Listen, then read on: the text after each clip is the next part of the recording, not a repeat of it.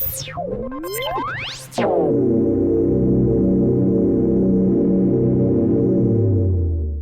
is your weekly report on corruption in the Philippine government.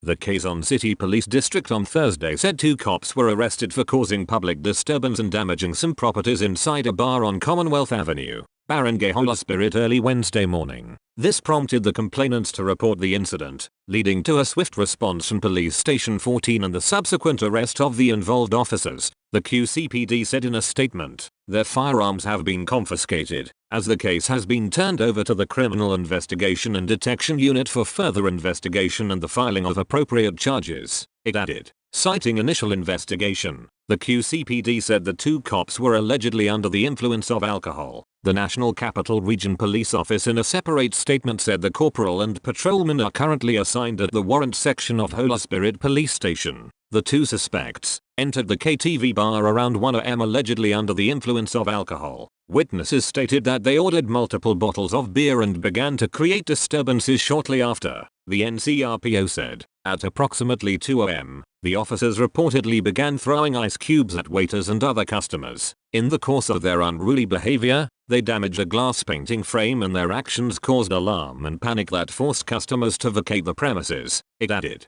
Complaints for alarm and scandal as well as malicious mischief were filed against the 2 cops. According to the NCRPO, the QCPD stressed that misconduct, abuse of authority, and any behavior unbecoming of a police officer will not be tolerated under any circumstances. If the allegations are proven true, the QCPD said criminal and administrative sanctions will be pursued without delay. The QCPD stands resolute in its commitment to uphold the highest standards of integrity, discipline, and professionalism, the QCPD said. We assure the public that we will take decisive action to maintain the trust entrusted to us, ensuring full accountability and zero tolerance for misconduct within our ranks, it added. The Philippine National Police said it has promptly taken action on a road incident involving a police officer in Manila earlier this week. In a statement Friday, PNP Chief General Romuald Francisco Mabel said he has ordered the Integrity Monitoring and Enforcement Group to investigate the cop who allegedly poked his gun at a motorcycle rider during a road altercation along F. Manalo Street, Barangay 897, Punta, Stanarana, Manila on the 12th of May. The PNP takes this matter seriously. While our personnel face real risks in the line of duty, there is no excuse for behavior that undermines public trust. We have already initiated administrative action against the police officer involved, and we will see this through with full transparency and fairness, Mabel said. Initial findings revealed that the police officer involved was assigned to a polling center in Manila as part of covert security operations during the election period. The traffic confrontation with the civilian rider escalated, prompting the officer to draw his firearm. Responding police personnel assigned to the police assistance desk at the polling center immediately intervened. Both parties were later brought to the barangay for settlement. The police officer has been reassigned to the district personnel holding and accounting section of the Manila Police District.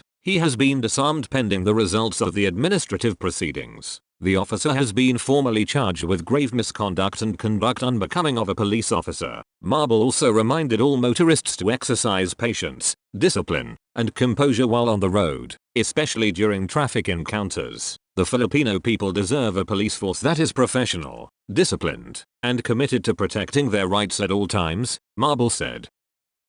The National Bureau of Investigation has been tasked to look into the alleged mismanagement that resulted in 118 million pesos missing from the Ilocos Norte Electric Cooperative's retirement fund. This came after the current INEC management filed a syndicated ESTRFA complaint against 6 former and current officials of the cooperative accused of mishandling the fund. In an interview on Friday, INEC Acting General Manager Cipriano Martinez said the complaint was filed with the NBI on Thursday. Martinez said he was accompanied by National Electrification Administration Administrator Antonio Mariano Almeida in filing the complaint. We will spare no effort to ensure that all INEC officials involved in the mismanagement of the retirement fund shall be held accountable for the mishandling and/or misuse of the retirement funds of INEC employees who have dedicated years of their life in the service of INEC, the new INEC management said in a statement. In May last year, The cooperative's retirement committee started its own investigation into the utilization and management of the employees' retirement benefits program fund upon the discovery that some 118 million pesos was missing.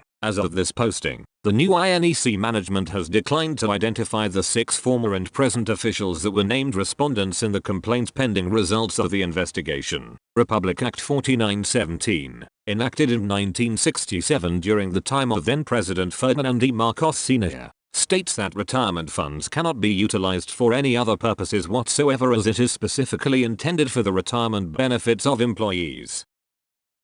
A barangay councillor and supporter of a congresswoman-elect was shot and wounded at dawn on Sunday in what is suspected to be an election-related incident here. Police identified the victim as Barangay Tumaga councillor Jake Nico Alban Fabian, 31. Investigation said Fabian was driving his motorcycle in Tumaga por Centro at around 2:15 am when he was shot by a lone gunman. Fabian sustained 4 bullet wounds and was taken to a hospital in critical condition. He is confined at the intensive care unit as of posting time. Police recovered 5 .45 caliber cartridge cases at the crime scene. Fabian is a staunch supporter of Zamboanga City 1st District Representative-elect Kat Chua, the wife of National Housing Authority General Manager Joe Bante. Chua called on the Philippine National Police to act quickly and ensure that justice is served. Police are hunting a barangay chairman and 2 barangay tanads or watchmen for allegedly killing a Siberian husky in the barangay dog pound in Barangay Bungahan here on Saturday night, the 17th of May. Police identified the suspects as Elmer, 50, barangay chairman, and barangay tanads Rodolfo and Edison. Investigation said that the Siberian husky escaped from his cage and entered the house of Elmer and bit one of his roosters. The suspect saw the incident and hit the dog with a wooden stick to force him to release the rooster. Elmer called his watchman to bring the injured dog to the barangay dog pound for safekeeping. The barangay tanads informed his owner, Elmer, 42, that he is dead and she must claim his body. Elmer reported the incident to the police and took him to a veterinarian who examined him and found out that he died after he was hit multiple times with a hard object. The specific cause of death was blunt trauma to the left lateral area of the head or eye area that resulted in severe hemorrhage and proptosis of the eyeball. Police are preparing a case against Elmer for violating Republic Act 106-31 or the Philippine Animal Welfare Act of 2013.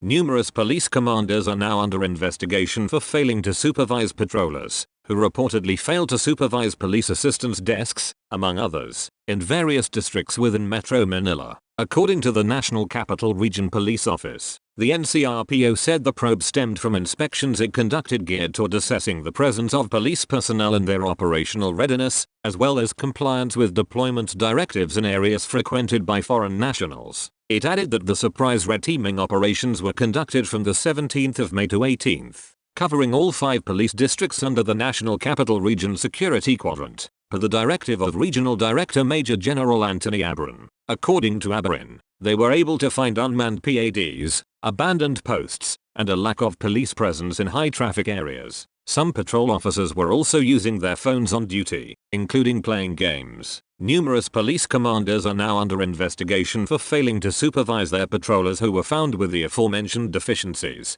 Abarin said, those who will be found remiss will be immediately removed from their posts, following due process of law. On the other hand, personnel who were found absent in posts, those unjustifiably using their cellular phones while on duty, and those with violations also face investigation, he added. Article continues after this advertisement we must step up with our crime prevention and solution efforts. I expect police commanders to be present, aware, and accountable for their men. Discipline begins at the top, he further said. In areas with unmanned posts, Abarin said he had already instructed that junior officers from mobile units be deployed to temporarily fill them to ensure police visibility. Abarin added that these inspections will not be a one-time effort but will become part of standard operational procedure of NCRPO. Let this serve as a warning and an example. Complacency and failure of supervision will be met with the heaviest penalties. Discipline begins at the top, and accountability must be absolute, he said.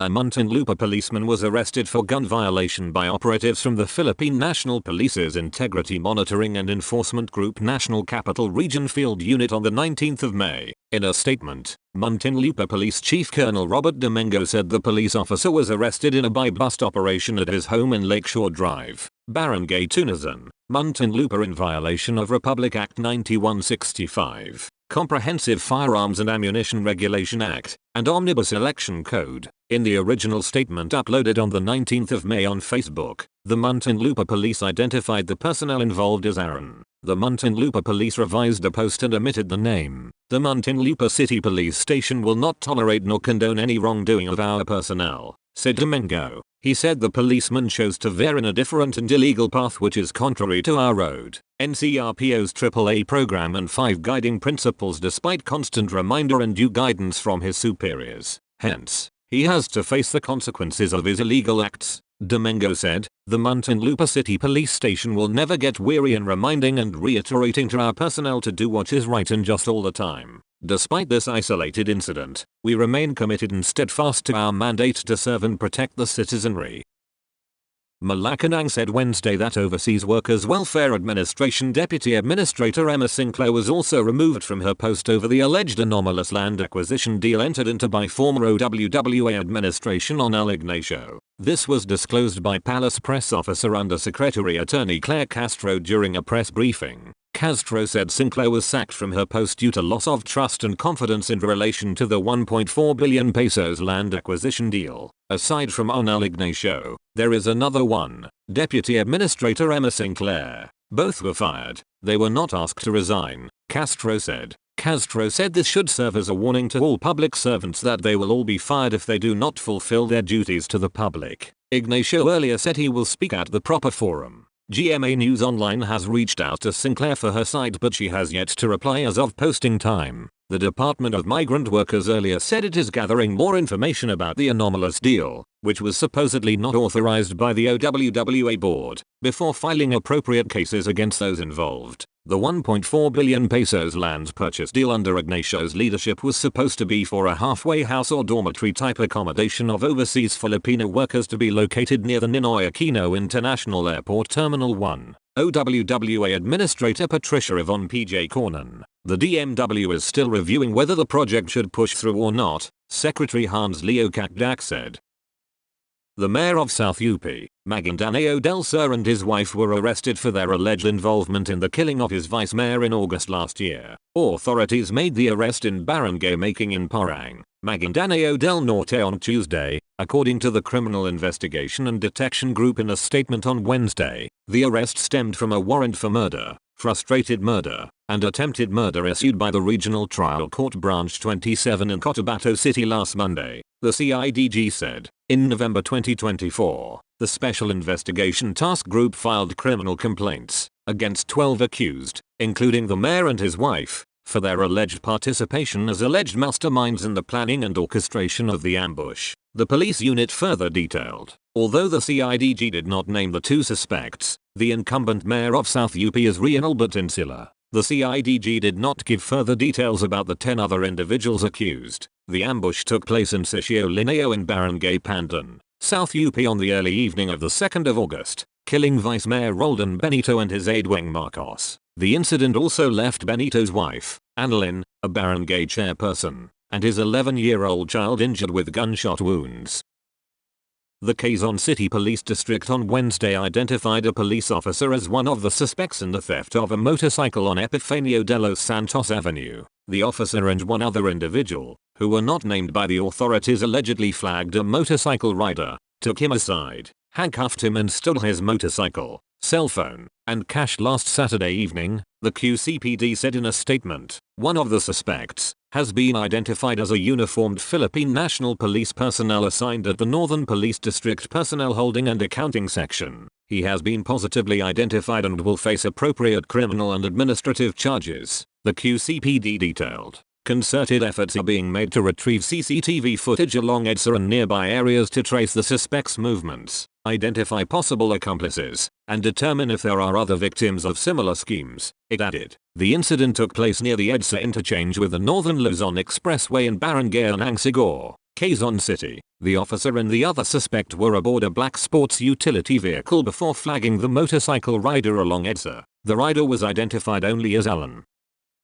A 2-star general in the armed forces of the Philippines is facing complaints for rape and attempted rape after he allegedly took advantage of 2 soldiers in his room after they had drinks earlier. According to Salima Refren's exclusive report on 24 Horas, CCTV footage showed that a group of soldiers, including the general, arrived at the San Fernando Air Base in Lipa, Batangas, on the night of the 29th of January. Another clip showed two soldiers coming out of the senior officers' quarters crying. Their lieutenant can be seen attending to them, and that's when the two reported the incident. The complainant said in their affidavit that the general asked them to sleep in his room, which they did not take seriously at first. That's when the alleged sexual assault took place. The star-ranked officer denied the allegations against him. He said that the sexual assault was impossible to happen as the complainants could overpower him. Complainants are strong, able-bodied military officers who could easily overpower me. They are not under duress, nor did I use a firearm or any bladed weapon, nor I use force,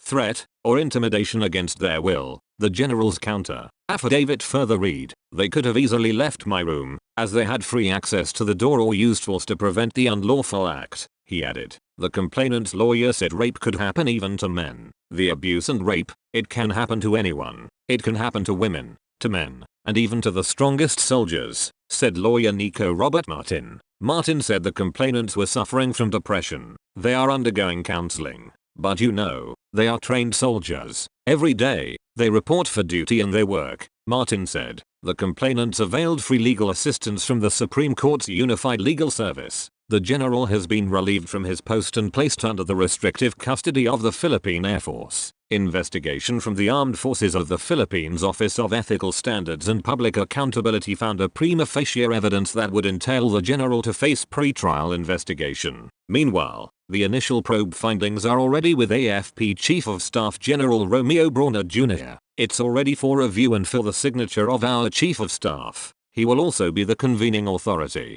and the case is currently awaiting his approval for the referral to our court-martial, said AFP spokesperson Colonel Francel Margaret Padilla. The accused will face trial under Articles of War 96, or the conduct unbecoming of an officer and a gentleman, and Articles of War 97, conduct prejudicial to good order and military discipline, she added. We implement zero tolerance to any form of misconduct such as this, Padilla also said. A barangay chairman shot and killed the 34-year-old son of a barangay tanod in Barangay Jabanga on Monday night, the 19th of May. Police identified the victim as Albert Malarasta. Investigation said the victim, Father Ilpidio, a barangay tanod, and Anderson Mabuhay, chief tanod, responded to the house of the suspect Crisanto to investigate an alleged break-in by unidentified individuals. Albert, who was walking behind Ilpidio and Mabuhay, was suddenly shot by the suspect. The victim was taken by his father to a hospital here where he was declared dead. Police arrested the suspect and recovered a Glock 19 Generation 5 caliber 9mm with an extended magazine with 15 bullets. Police said the suspect mistook the victim as among the perpetrators. Follow-up investigation is ongoing.